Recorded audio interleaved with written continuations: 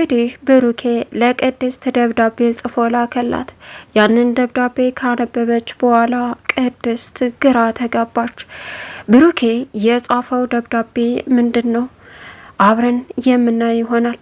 ሌላው እንግዲህ ብሩኬ ወደ ቅድስት የጻፈው ደብዳቤ የልጄን ነገር አደራ፣ እኔ የገባውበት በጣም የሚያሳዝንና መውጣት የማልችልበት አደጋ ውስጥ ነኝ፣ ቅድስት ልጄን አደራሽን የሚል ነበረ። ሌላኛው መድብል እንግዲህ ዝናን ዘርሮ ቢጥለውም ዛሬም በድጋሚ ደግሞ ሌላ ተንኮል ስላሰበ ዝና ላይ ተኩሶ ፈነካከተው። ግን ደግሞ ዝና አሁንም የሚመለስ አይደለም። ማህሌት ከነ መድብል አመልጣለሁ ብትልም አሁን ላይ ልታመልጥ አልቻለችም። ዝና መሀሊትን ከሸኛት በኋላ ብቻውን ቀረ። አሁን መድብል ሰተት ብሎ ሄዶ ተኮሰበት። እንዲሁም ደግሞ መድብል ለሞገስ አደራ የዛችን የሚስኪሊ ነገር በማለት የምሳሌን አደራ ለሞገስ ሰጠው። ሞገስም እባክህን መድብል ተረጋጋ ቢለውም ስሜታዊ ሆኖ ተኮሰ ዝና ላይ። ሰላም ውድና የተከበራችሁ የዙዙነት ሚዲያ ቤተሰቦች እንዴት ናችሁ? ልኝ ሰላማችሁ ይብዛልኝ። ለዚህ ቻናል አዲስ የሆናችሁ ሰብስክራይብ እያደረጋችሁ ቪዲዮውን እስከ መጨረሻው ተከታተሉ።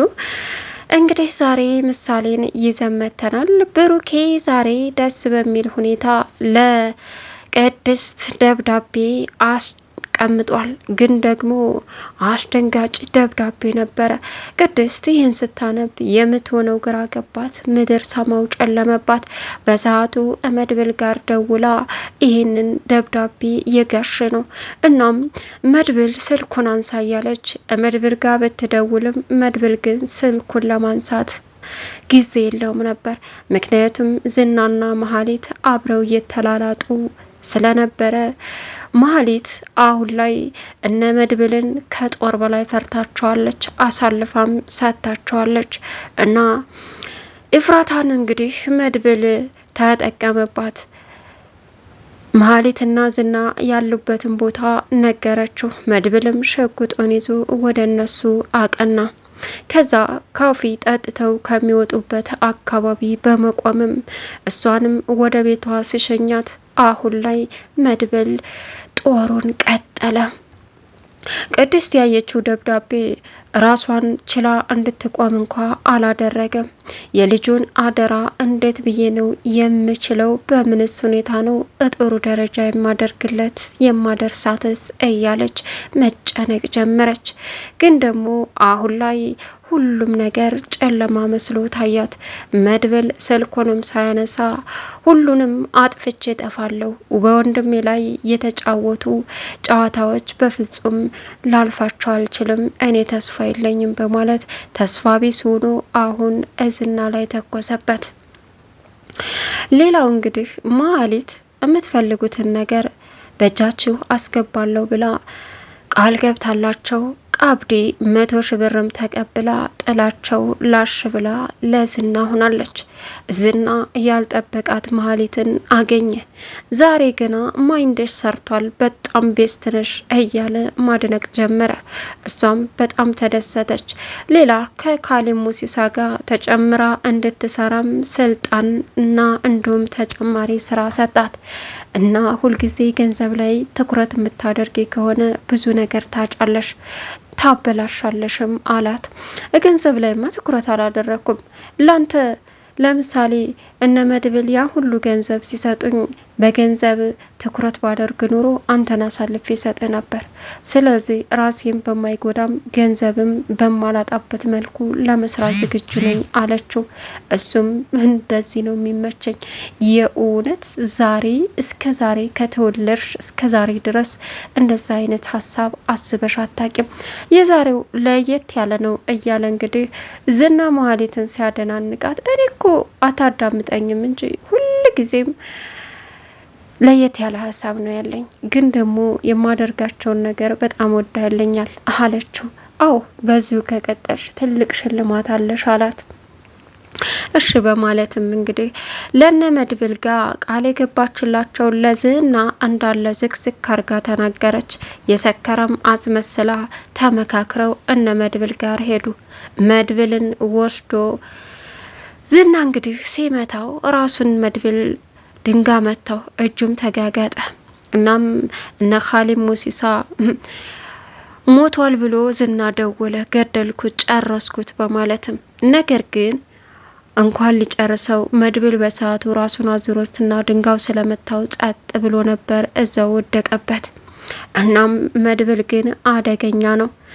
እነሱ ጋር መኪና አምጡልኝ፣ አስወግጀዋለሁ። በቃ ከዚህ በኋላ የሚያሰጋን ነገር የለም፣ ነገሮች በሙሉ እንደፈለግናቸው እየሄዱ ነው አለ።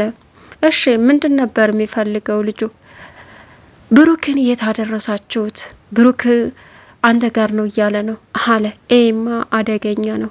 እኔ እኮ ከአንተ ጋር መስራቴ በጣም ጀግንነት ይሰማኛል። አንተ እናት የወለደች አደገኛ ልጅ ነህ አለ። እንግዲህ ካሊብ ሙሲሳ አሁን መኪና ላኩልኝ ሲልም እሺ 3 ደቂቃ እዛው ይደርሳሉ፣ እዛው አቅራቢያችሁ ነው አለ። መድብል አሁን ሁሉንም ሰምቷል። ዝና እሺ በቃ እያለ ሲሞላቀቅ መድብል እንግዲህ በእርግጫ በማለትም እዛው እንዳይሆን አድርጎ ደበደበው። መድብል አደገኛ ነው። ሞገስ ግን በጣም በጭባጫና ያው ለስሙ ወንድ ነው፣ የሴት ልብስ ቀሚስ አልለበሰም እንጂ መድብል ሲደበደብ እሱ ቱር ብሎ ጠፋ። በሰዓቱ ከቅርብ ርቀት ሆኖ መከታተል ጀመረ። መድብል ተነስቶ ዝናን እንዳይሆን አድርጎ ሲፈጠፍጠውም እንደገና መሀሊት መድብልን ልትማታ ድንጋይ ይዛ ስትወላከፍ ሞገስ እየሮጠ ሄዶ ምን አባሽ ልታደርጊ ነው በማለትም መሀሊትን አባረራት። መሀሊትም አምልጣ ወደ ቤት ሄደች። ኤፍራታ ድንገት በሩን ከፍታ ስትገባባት መሀሊት ምን ነሽ ነው? ምን ተፈጥሮ ነው አለቻት። ምንም አለች። ከዛም ተተቀመጠችበት ድጋሜ ተነስታ በሩን ዘጋችው። ቀጠለችን። ምን ተፈጥሮ ነው? ዝናና መድብል ተደባደቡ አለቻት። ምን? አዎ ዋናው ነገር ግን ሁለታቸውም ጉዳት አልደረሰባቸውም አለች። ማለት አሁን መጨነቅ ጀመረች። በቃ አለቀልኝ እያለች ትገኛለች። አሁን ዝና የልብ ስለሰጣት በእርግጥ የምትሸነፍ አልመሰላትም።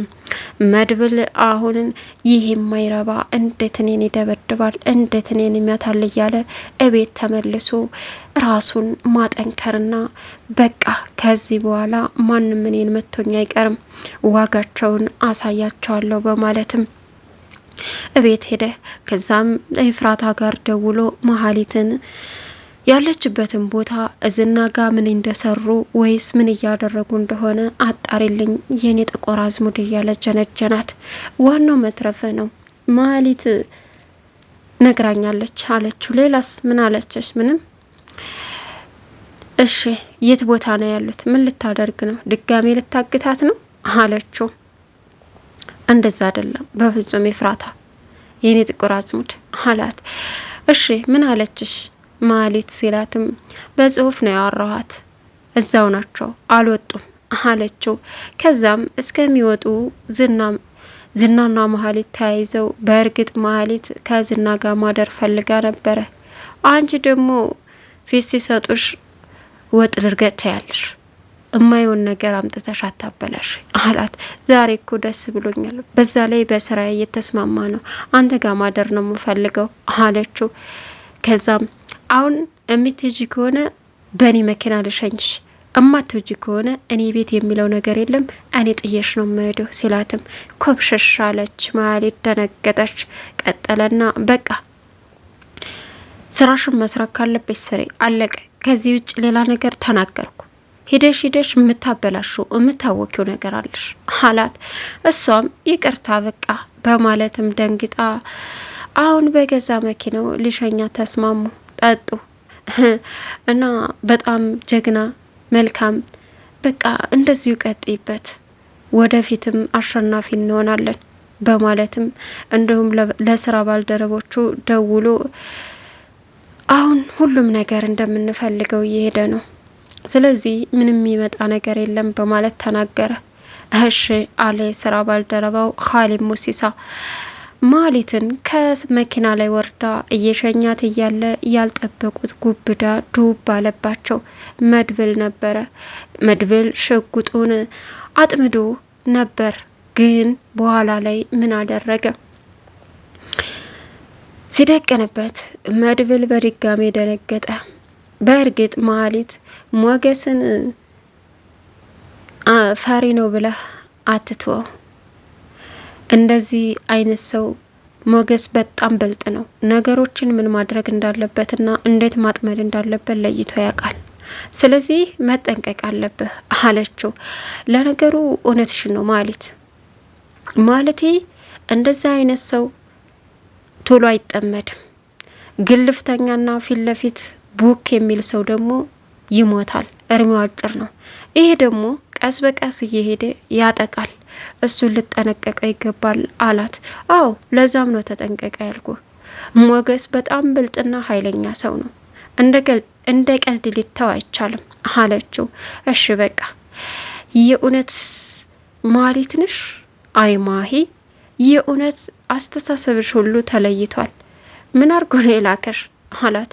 ስለምን ነበር የሚዋሩት ሲላትም እኔ ምንም ማቀው ነገር የለም፣ ያው አግተው ስለነበረ እኔ አንድ ክላስ ስለነበር ምውለው ማድረው የሚሉትን ግን እሰማለሁ አለችው። እሺ በቃ ለማንኛውም አንቺ በርቺ፣ ስራሽን በስነ ስርዓት ስሪ፣ ሌላው ነገር እንደ ሁኔታው ይታያል አላት። እሷም እሺ ብላ መሄዳቸውን ጀመሩ። ቅድስት ያነበበችው ደብዳቤ ራሷን ስታ መውደቅ እንጂ ሌላ አልቀራትም። አስደንጋጩ ነገር ምንድን ነው? ብሩኬ ወደ እሷ ህይወት ምንድን ነው የላከው? አደራ ቅድስቲ ምሳሌን አደራሽን እያላት ነበረ።